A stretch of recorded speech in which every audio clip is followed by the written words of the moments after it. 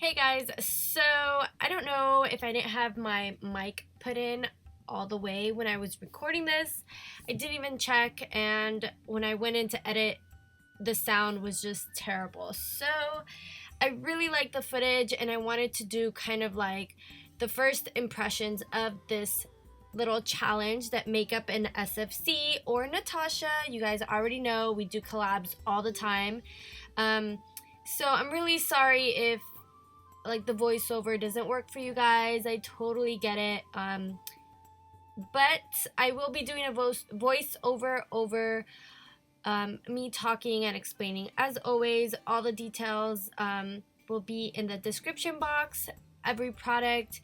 This is a sample challenge, so I'm going to be using just samples to do a full face of makeup.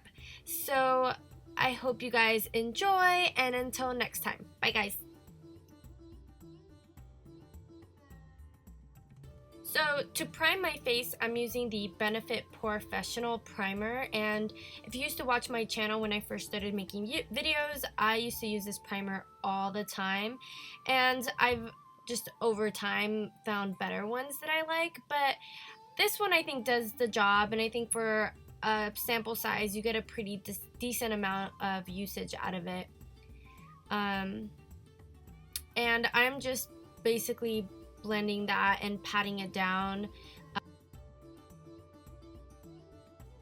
So for my foundation, I'm using a sample of the MAC Studio Fluid Fix in NC20, I believe, which is a shade lighter than what I normally use. I use NC25.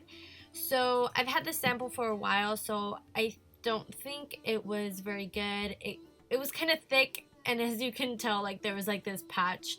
So I should have mixed it before actually putting it on my face, and it was a lot lighter than what I normally wear. So it's definitely does not match me whatsoever, but I'm just gonna work with it. I can definitely, whenever you have a lighter foundation, you could always wear a little bit more bronzer just to darken up your skin tone if you need to. And I do apologize, I didn't realize that I had put the mirror literally right in front of the camera, but I'm just blending that out.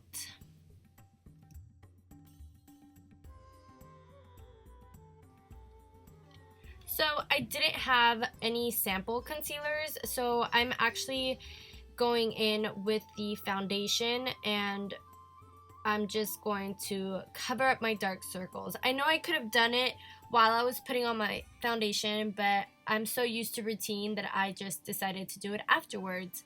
So I'm just using that same MAC Cosmetics Studio Fluid Fix in the NC20.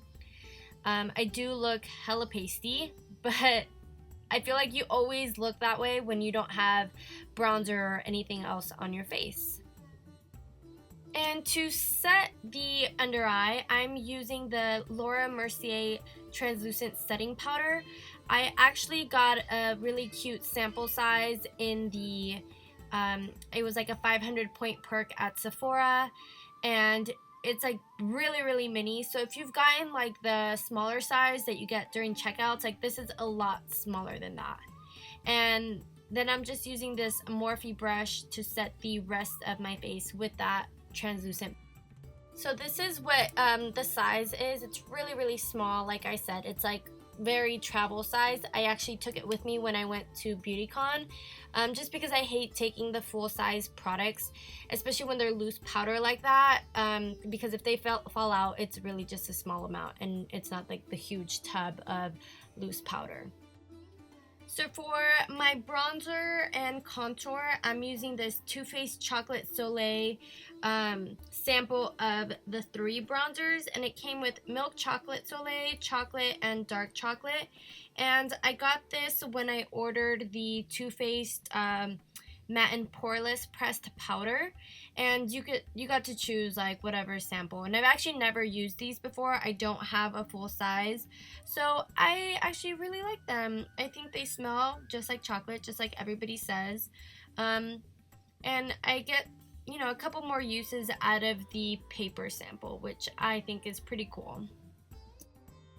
So for my blush, I'm going to be using, as you saw, the Nars blush in Orgasm, and I got this, I believe, when I put in a Nordstrom order, and I actually have the full size in the shade Super Orgasm, which I'm not a huge fan of because that one has really huge like specks of glitter, versus the regular one is just, it's more finely milled and you get more of like a sheen versus full glitter. So I wish I would have gotten the full size of just the regular Orgasm blush, but I still get a couple more uses out of this as well.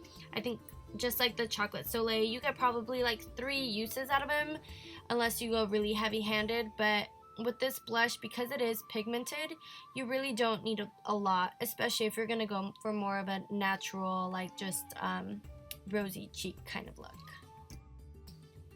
And for my eyeshadows, I'm going to be using the Urban Decay shadows, and I got this little box in a 100-point perk at Sephora, and they're just, it's called the 7 Days of Shadows, and it's a deluxe sampler.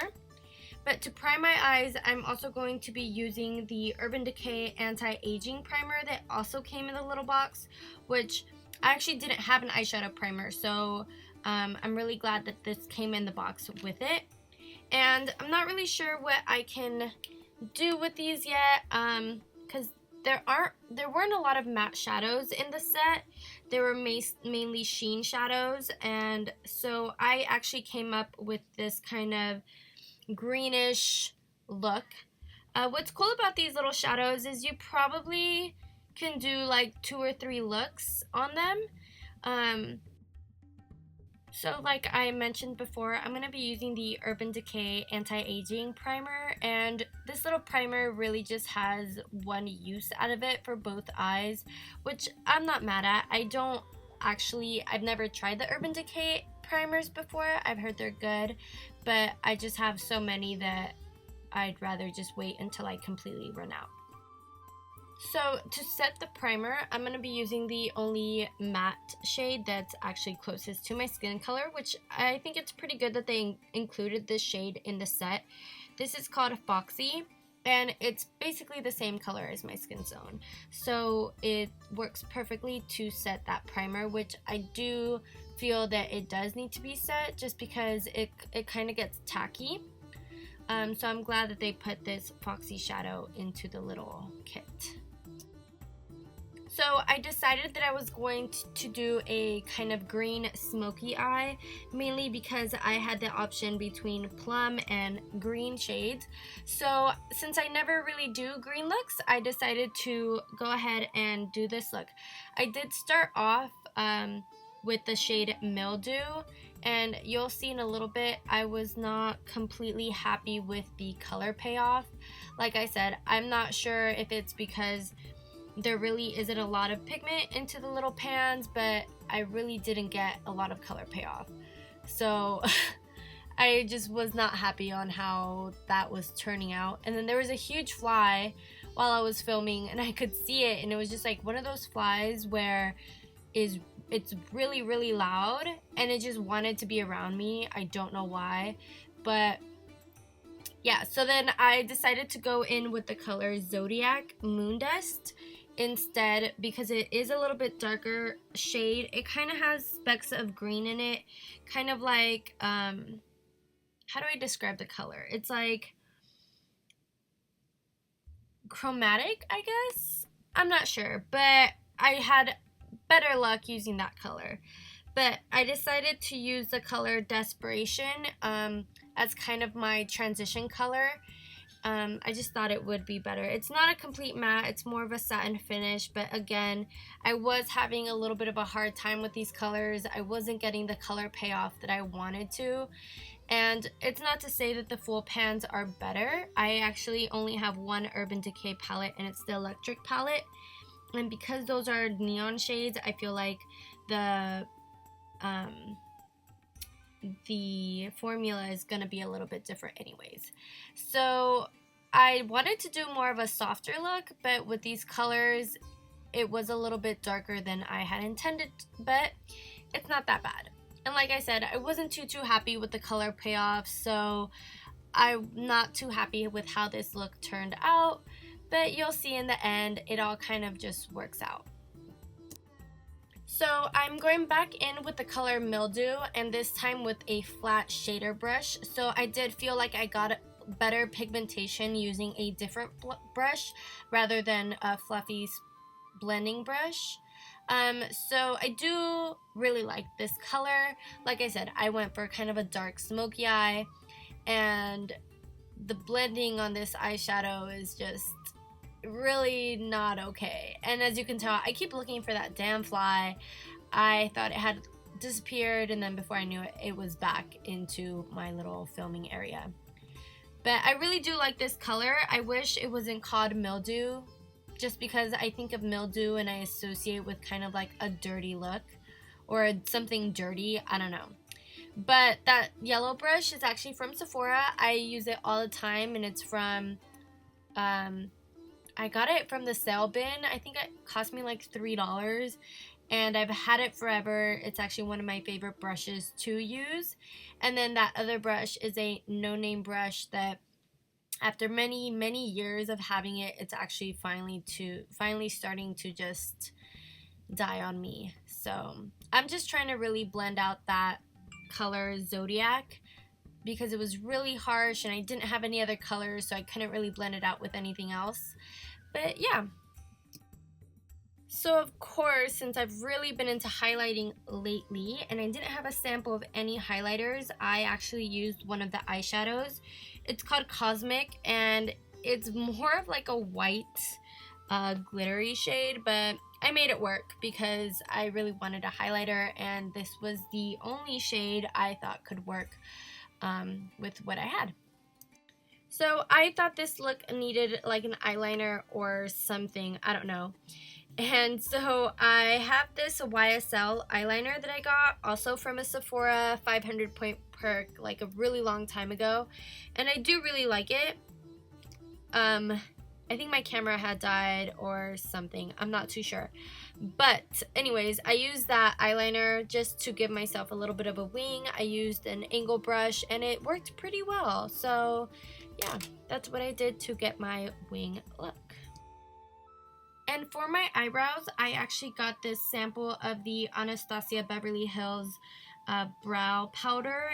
Unfortunately, these colors are not my colors. I believe this is in the color taupe, which is way too light for me, but as always, I had no option but to make it work. And they did look okay, just I've been into the dip brow lately, the pomade, just because I like that sharp look.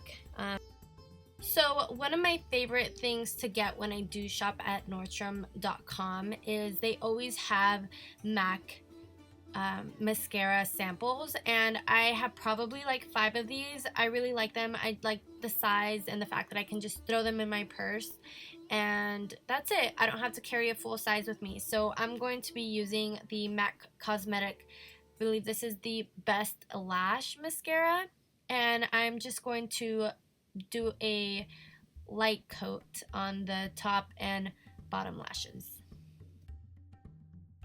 So for my waterline or my bottom lash line, I'm going in with the color Desperation and Zodiac, and I kind of regret putting it on my bottom lash line, mainly because I had forgotten that I wasn't wearing concealer, so it made the look a lot messier than I had wanted to. I ended up looking like a raccoon, and I really hated that. So I wish that I would have gone with the green, like the color Mildew instead, but what can we do? We live and we learn. So that's what I ended up doing, and I'm just using this small pencil brush to blend that onto my bottom lash line. So I actually did have a couple options for my lips. This lip gloss that came in my Laura Mercier box in the shade, what is this? Tulip. And I had some samples from when I ordered the Gwen Stefani eye palette. So I ended up going with the Gwen Stefani eye palette lipsticks instead. And I think I threw away the one I used. But it's a very nude shade, so I just used one of those. I'm not a huge fan, mainly because I don't really wear lipstick anymore. Like, I just like liquid lipsticks and that matte look.